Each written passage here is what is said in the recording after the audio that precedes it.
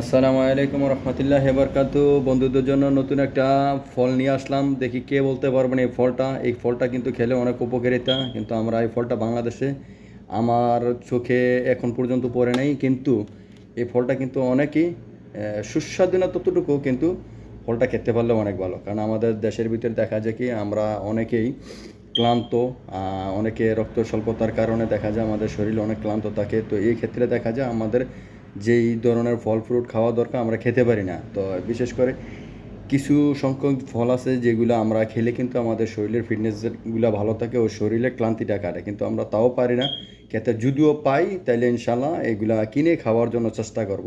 অল্প খাইলে আমাদের শরীরের জন্য অনেক ভালো হবে। এই যে একটা ফল, এই ফলটা কিন্তু আমাদের বাংলাদেশে আছে কি না সঠিক বলতে পারি না।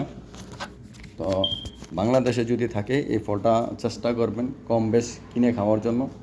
হ্যাঁ, খেলে দেখা যায় কি শরীরের যে রক্ত স্বল্পতা এটা হবে, আর শরীরে ক্লান্তিটা জিনিসটা কাটবে।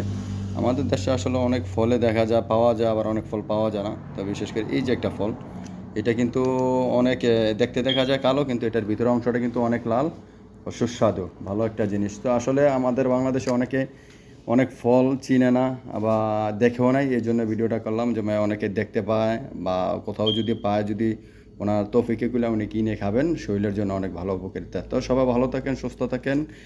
যদি ভালো লাগে কমেন্ট করে জানাবেন আর শেয়ার করে দিবেন। ওকে, আল্লাহ হাফেজ। আসসালামু আলাইকুম রহমতুল্লাহি বারকাতু।